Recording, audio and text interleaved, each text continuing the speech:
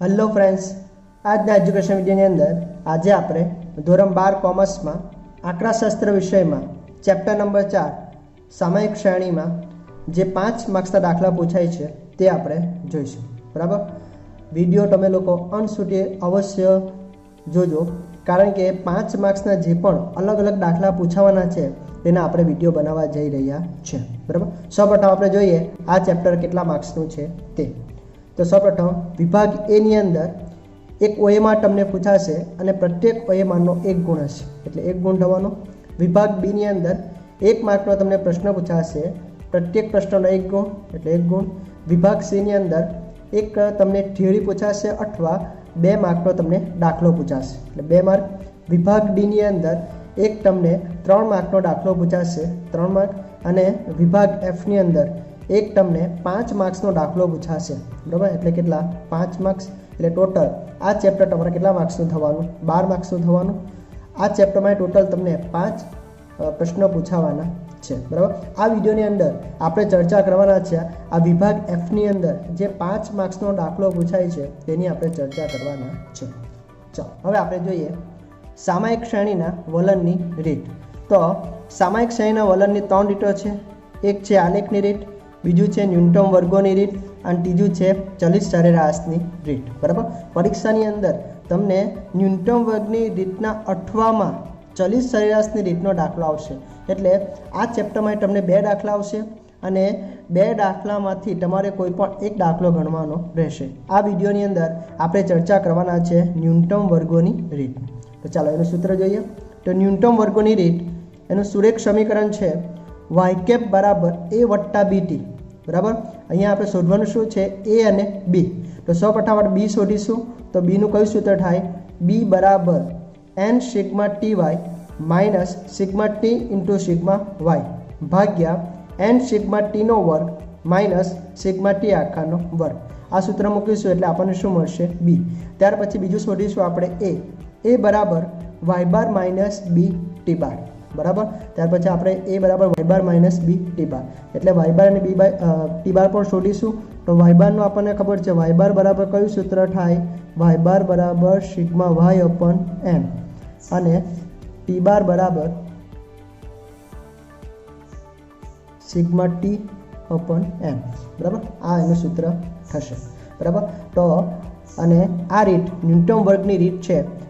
આ રીતમાં માત્ર એક જ સૂત્ર છે આખા ચેપ્ટરમાં, માત્ર એક જ સૂત્ર છે, તમારે બીજું કોઈ સૂત્ર યાદ રાખવાની જરૂર નથી. આ જે બીજી રીત છે ચલિત સરેરાશની રીત, એમાં કોઈ પણ સૂત્ર આવતા નથી. એટલે તમારે ન્યૂનતમ વર્ગની રીતમાંથી જે 5 માર્કનો દાખલો પૂછાય છે તે આ સૂત્રની મદદથી જ તમારે ગણવાનો આવશે. ચાલો હવે આપણે દાખલો જોઈએ. દાખલો વાંચું છું, તમે સ્ક્રીન ઉપર જોજો. એક રાજ્યના જુદા જુદા વર્ષોના મૃત્યુદરની માહિતી નીચેના કોષ્ટકમાં આપેલ છે. વલણ શોધવા માટે સુરેખ સમીકરણનું અન્વયન કરો અને તે પરથી વર્ષ 2017ના મૃત્યુદરનું અનુમાન મેળવો. બરાબર, ત્યાં પછી તમને 2 ખાના આપેલા છે, એક વર્ષ અને બીજું મૃત્યુ દર. તો ચાલો અહીંયા તમારે શોધવાનું શું છે? વલણ શોધવા માટે સુરેખ સમીકરણ અન્વયન કરો. સુરેખ સમીકરણ એટલે આપણે જોયું તે y કેપ બરાબર a વત્તા bt. બરાબર, એટલે આપણે y કેપ શોધવાનું છે અને વર્ષ 2017 ના મૃત્યુદરનું આપણે શું કરવાનું છે? અનુમાન કરવાનું છે. તો આ દાખલામાં આપણને શું આપેલું છે? એક વર્ષ આપેલું છે 2009, 10, 11, 12, 13, 14, 15 અને તેને અનુરૂપ શું આપેલું છે? મૃત્યુદર. બરાબર, 7.6, 6.9, 7.1, 7.3, 7.2, 6.9 અને 6.9. બરાબર, તો આ મૃત્યુદરને આપણે ધારીશું y. મૃત્યુદરને શું કહીશું? y. હવે તમારે જે ખાના પરવાના છે તે પહેલું ખાનું પરવાનું છે સમય t. બરાબર, તો સમય t કયો લેવાનો છે? તો આજે તમે વર્ષ આપેલા છે, ક્રમશઃ આપેલા છે, તેમ તમારે આને સમય t ધારવાનો છે. બરાબર, તો સમય t તમારે કયો ધારવાનો? તો ક્રમશઃ લખવાનો પરીક્ષામાં. 2009 તેનો સમય આપણે શું લખીશું? 1, 2, 3, 4, 5, 6, 7. બરાબર, એટલે કે ન્યૂનતમ વર્ગની રીતનો કોઈ પણ દાખલો હશે, તમને અહીંયા શું આપેલું હશે? વર્ષ આપેલું હશે, તેને અનુરૂપ તમારે સમય ક્રમશઃ લખવાનો રહેશે. ત્યાં પછી તમને શું આપેલું છે? y. હવે શું કરીશું? આપણે t નો સરવાળો કરીશું અને y નો સરવાળો કરીશું. તો આ t નો આપણે સરવાળો કરીએ તો કેટલો સરવાળો આવશે? 28. આનો સરવાળો કરીશું તો કેટલા આવશે? 28. હવે આપણે y નો સરવાળો કરીએ તો વાયનો સરવાળો કરીશું તો કેટલા આવશે 49.9 બરાબર. એટલે ટીનો સરવાળો મળી ગયો, વાયનો સરવાળો મળી ગયો. તો આપણે આના પરથી શું શોધી શકાય? એક તો ટી બાર અને બીજું શું શોધી શકાય? વાય બાર. તો સૌપ્રથમ આપણે ટી બાર શોધીએ. તો ટી બાર બરાબર કયું સૂત્ર થવાનું? Sigma T upon N. ચાલો સિગ્મા ટી એટલે ટીનો સરવાળો કેટલો આપેલો છે? સરવાળો 28 ભાગ્યા એન કેટલા છે? તો આ કેટલા આપેલા છે? 7. તો 28 ભાગ્યા કેટલા થવાના? 7. તો 28 ભાગ્યા 7 કરીએ એટલે કેટલા આવશે? 4. એટલે ટી બાર આપણને મળી ગયો કેટલો? 4. ચાલો તે રીતે આપણે વાય બાર શોધીએ. તો વાય બાર બરાબર સિગ્મા વાય અપોન એન. ચાલો સિગ્મા વાયનો સરવાળો કેટલો આવેલો આપણો? 49.9 ભાગ્યા ચાલો એન કેટલા છે? 7. ચાલો 49.9 ભાગ્યા 7 કેલ્ક્યુલેટર પર કરીશું તો કેટલા આવશે? 7.3 બરાબર. ચાલો આ રીતે આપણને શું મળી ગયું? આ વાય બાર મળી ગયો અને આ શું મળી ગયું? ટી બાર મળી ગયો. પછી તમારે બે જ ખાના પાડવાના છે. એક પાડવાનું છે ટી વાય અને બીજું પાડવાનું છે ટીનો વર્ગ. ટી વાય એટલે શું? આ ટી અને વાયનો શું કરવાનો છે? ગુણાકાર. ચાલો 1 ગુણ્યા 7.6 તો કેટલા આવશે? 7.6. ચાલો ત્યાર પછી 2 ગુણ્યા 6.9 એટલે કેટલા આવશે? 13.8. ચાલો ત્યાર પછી 3 ગુણ્યા 7.1 કેટલા આવશે? 21.3. ચાલો 4 ગુણ્યા 7.3 એટલે કેટલા આવશે? 29.2. ચાલો એ રીતે આપણે બાકીના બધાનો ગુણાકાર કરી નાખીએ. બરાબર. આનો ગુણાકાર કરીએ તો આવશે 36. ચાલો ત્યાર પછી 41.4 ત્યાર પછી 48.3. બરાબર. આ બધાનો આપણે શું કર્યો? ગુણાકાર. ટી અને વાયનો શું કર્યો? ગુણાકાર. હવે શું કરીએ? આનો સરવાળો. ટી અને વાયનો શું કરવાનો? સરવાળો. તો આનો સરવાળો કરીશું તો કેટલા આવશે? 197.6. ચાલો હવે આપણે શું કરીએ? ટીનો વર્ગ. બરાબર. એટલે આ ટી આપેલો છે તેનો શું કરીએ આપણે? વર્ગ. ચાલો 1નો વર્ગ 1, 2નો વર્ગ 4, 3નો વર્ગ 9, 4નો વર્ગ 16, 5નો વર્ગ 25, 6નો વર્ગ 36 અને 7 × 49.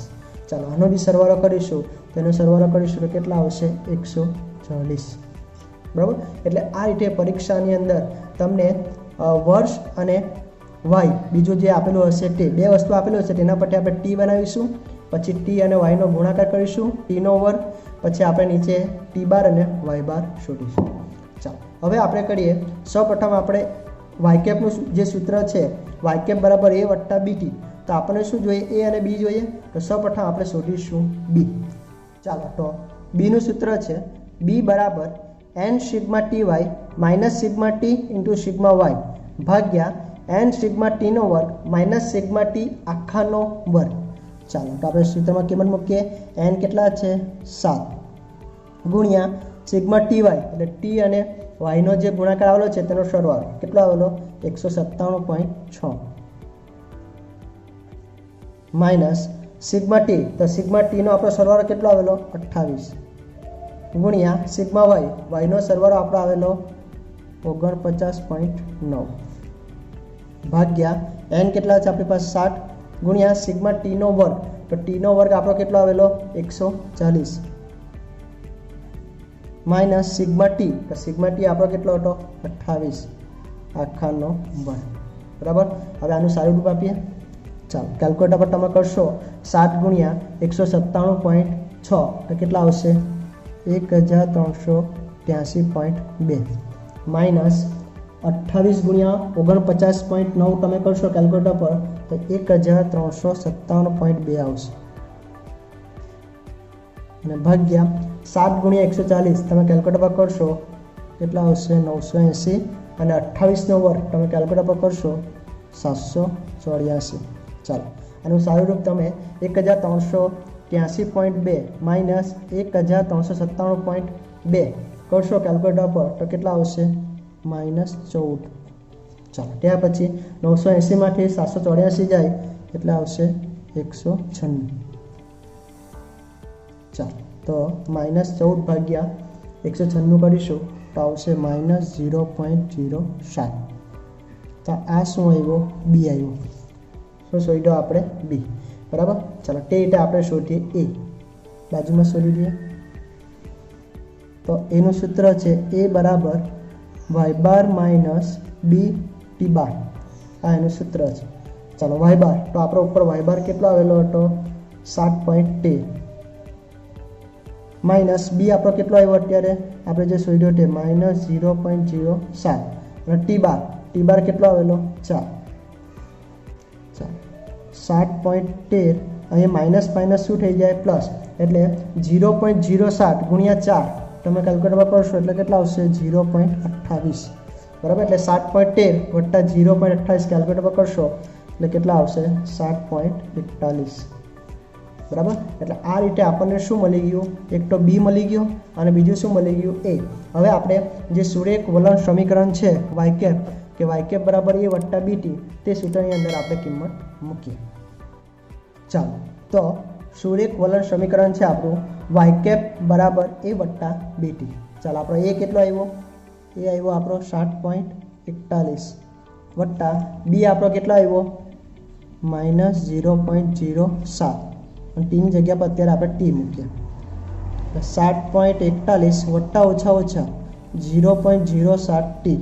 તો આ શું મળ્યું આપણને સમીકરણ મળ્યું, સુરેખ વલણ સમીકરણ આપણને મળ્યું. શું મળ્યું, વાય કેપ બરાબર 7.41 માઇનસ 0.07 ટી.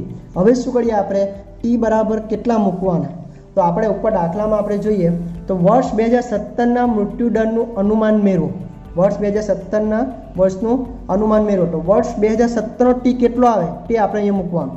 તો આપણે જોઈએ તો ચાલો આપણે વર્ષ 2017ના મૃત્યુદરનું અનુમાન મેળવવાનું છે. તો અહીંયા આપણે જોઈએ 2009નો કિલો આપણે લીધેલો T1, 10નો 2 તે રીતે 2015નો કિલો લીધેલો 7. તો 2015 પછી કેટલા આવે 2016, તો તેનો ટી કેટલો થાય 8 અને ત્યાં પછી 2017, તો 2017નો ટી કેટલો થાય 9. એટલે આપણે ટી બરાબર કેટલા લઈશું 9. ચાલો આપણે હવે ટી બરાબર 9 મૂકતા ચાલો સૂત્રમાં કિંમત મૂકીએ 7.41 માઇનસ 0.07 ગુણ્યા ટીની જગ્યા પર કેટલા મૂકીએ 9. તો 7.41 માઇનસ 0.07 ગુણ્યા 9 કેલ્ક્યુલેટર પર કરીશું એટલે કેટલા આવશે 0.63 અને 7.41 માઇનસ 0.63 કેલ્ક્યુલેટર પર કરીશું એટલે કેટલા આવશે 6.78 બરાબર. તો આ રીતે આ દાખલો ગણી શકાય. એટલે આપણે કહી શકીએ વર્ષ 2017ના મૃત્યુદરનું અનુમાન વાય કેપ બરાબર કેટલું છે 6.78. ચાલો હવે પછીના ભાગ 2 ની અંદર પણ આપણે ન્યૂનતમ વર્ગની રીતનો જે બીજો દાખલો છે તે આપણે જોઈશું. Thank you.